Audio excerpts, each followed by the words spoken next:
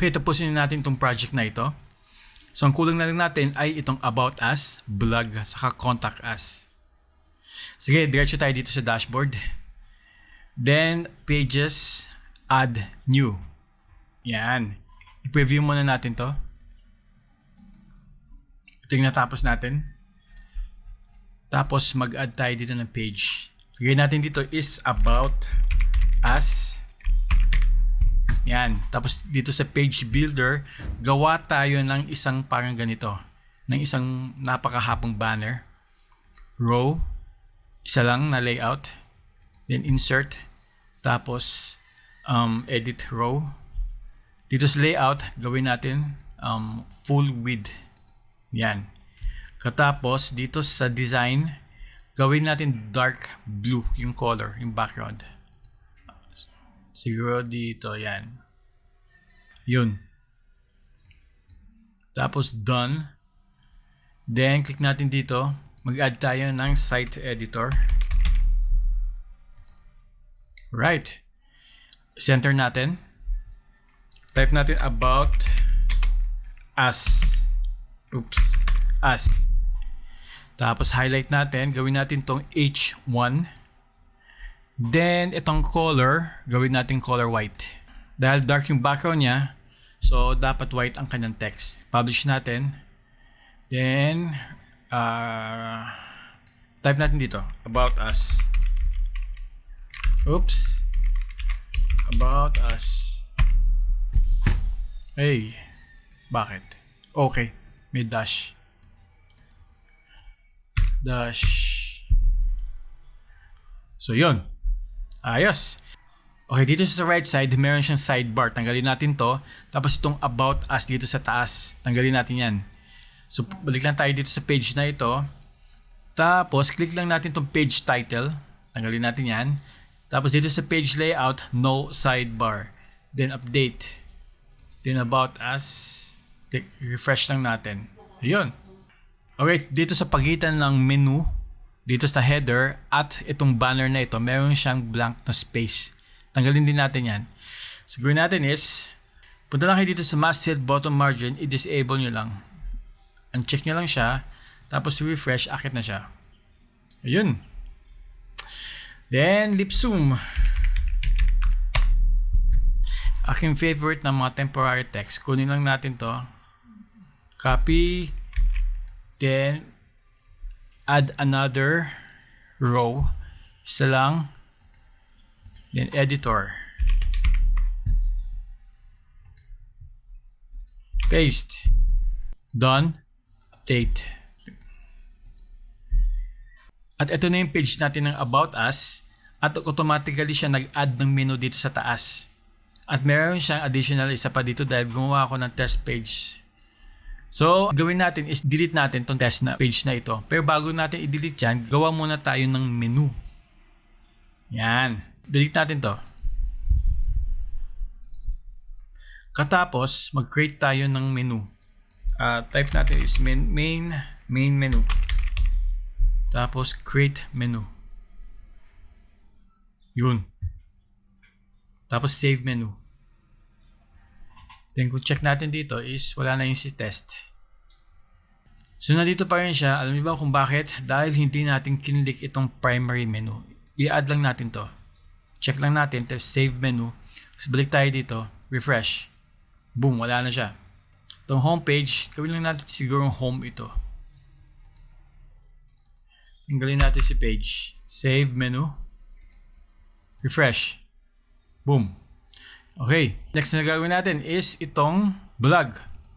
Balik tayo sa pages. All pages. Tapos dito sa About Us, click nyo lang ito. So ngayon gawin natin, i-download natin itong layout na ito para magamit natin sa ibang mga pages. Pwede natin siya i-recycle over and over again para mas mapapadali trabaho natin kaysa gagawin natin to from scratch. Punta lang yung layout. Then dito sa import-export, may download layout dito.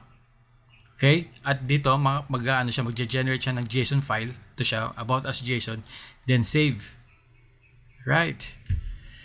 Tapos, action lang natin to. Tapos, add new kayo. Tapos, blog. Oops. Blog. Publish. Yun. Katapos dito sa my page builder, sa layout, punta lang kayo dito sa import export. Select import file. Yan. Hanapin lang natin tong about us JSON na dinownload natin kanina. Yan, tapos insert, tapos replace current. Are you sure? Of course. Yan, delete natin. To, okay na to. Iwan lang natin to. Tapos itong about us, gawin nating blog. Saan ba yan? Ayan. Hindi natin makita kasi kanina ginawa natin white. Yan, blog. Then update. So dito, same pa rin. Makikita nyo is meron pa siyang sidebar. Tapos itong title. So same pa rin. Hindi siya nasa-save eh. So manually nyo pa rin gagawin. Page layout, tanggalin nyo no sidebar. Tapos to page title, tanggalin nyo. Tapos to masthead bottom margin para walang space between the menu and the banner. Tapos update. Then bam! Ayan na siya. Blog. Ngayon, gawin natin is gagawa ulit tayo ng panibagong layout para doon sa blog natin. Gamit ng content views. Kung naalala nyo, last na ano natin. Lesson natin. No? Gawa tayo ng bago. Lagyan natin is blog news. Yun. Taxonomy. Tapos categories. Tapos piliin natin itong news. Save. Then update preview. Show preview. Ayan. So gawin natin tatlo ulit.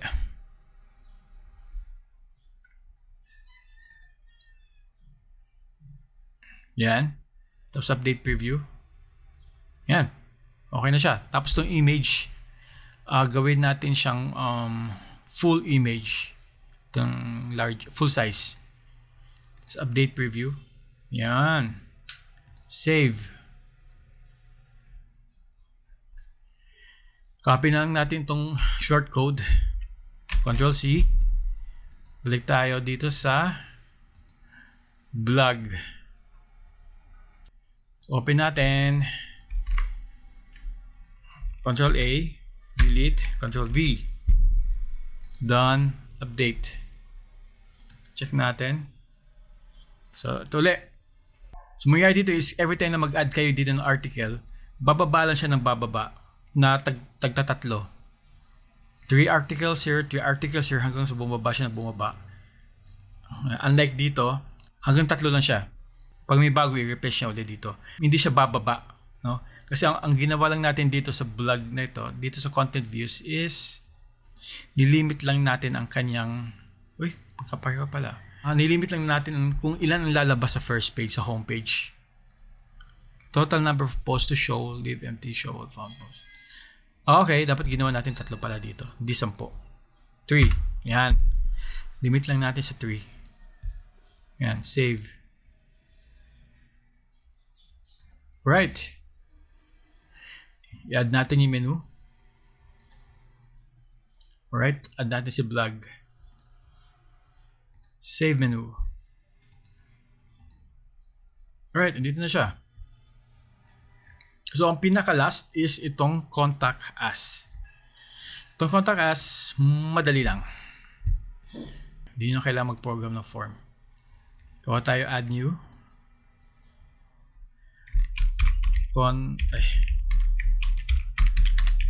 Contact us. Publish. Tapos same again.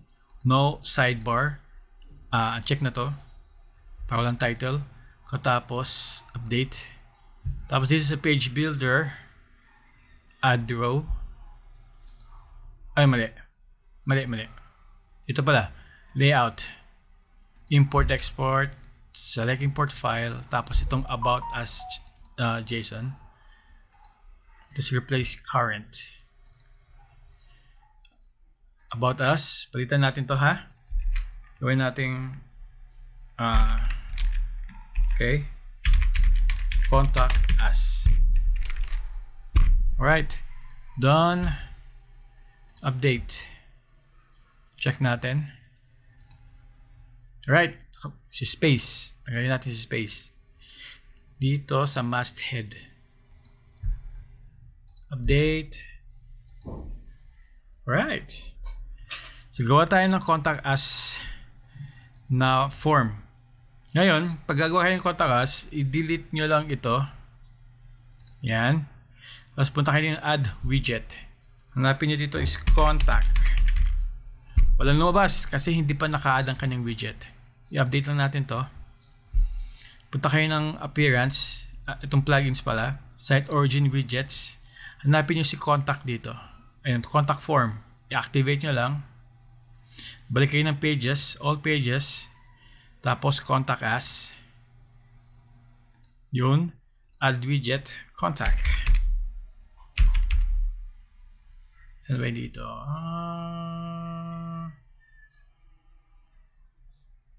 Ito. Sign origin contact form.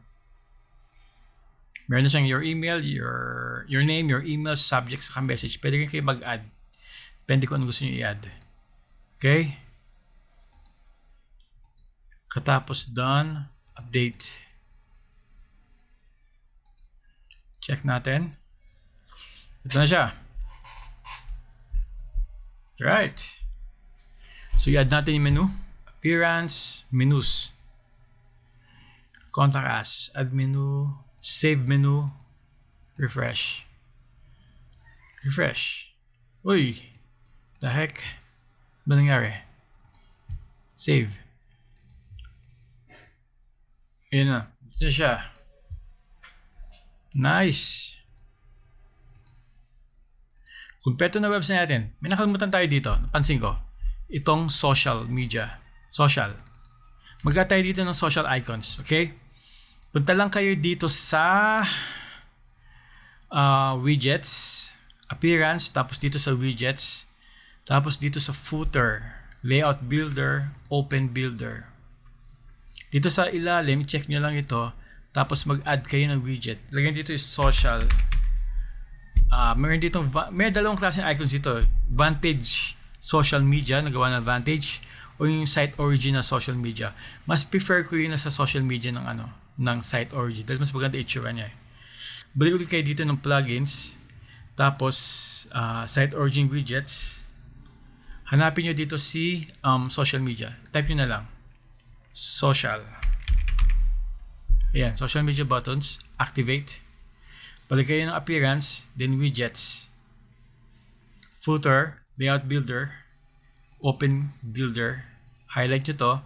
Tapos add nyo na si social. Yan, to. Mas maganda i-show ng mga yan eh. Tapos mag-add tayo. Add social network. Tapos URL. HTTPS. Oops, all caps. HTTPS facebook.com URL. Social network is Facebook. Copy nga natin to, baka biglang mabura pag namili tayo. Facebook. Okay, hindi siya nabura. I-done natin. Tingnan natin kung ano itsura. Save. Refresh. Ayun siya. Tanggalin natin itong ano ba to? Ito. Tanggalin natin to. Hindi natin kailangan yan. Tapos, gawin natin yung kanyang layout, yung kanyang padding, gawin natin 0. Kasi napansin ko dito, may space dito sa baba eh. Tingnan natin kung magiging itsura. 0, tapos 0 din margin. Done. Save. Ayan. Ay, dumikit. Ayusin natin mamaya. So, try natin is gawin natin itong mas simpler yung kanyang design. Punta lang kayo dito, Open Builder. Facebook. Social media. Tapos, sa background color, yung icon color is itong design layout muna. Gawin natin is flat lang para wala siyang bevel na design. Katapos yung rounding niya, gawin natin completely rounded. Tapos align, left, okay na to. Okay na yan. Preview nga natin kung itsura. Ayan, yun siya. I-reverse natin yung color. Gawin natin color blue. Si icon, tapos color white naman yung background. Okay. Yung background color niya is dapat white. Tapos yung icon color niya is dapat blue. Okay. Check muna natin ha.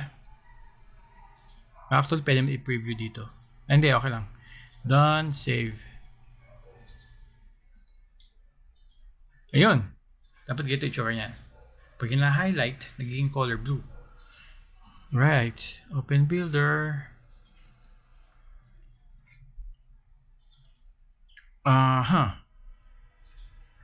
Saan ba yun? Yun. Yung kanyang background hover color. So, gawin na natin light blue.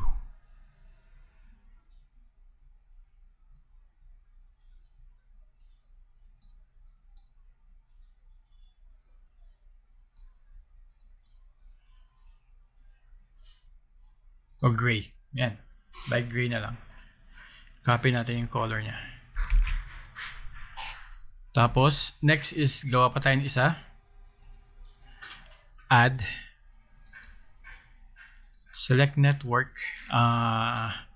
Twitter. Yan. Automatic meron na.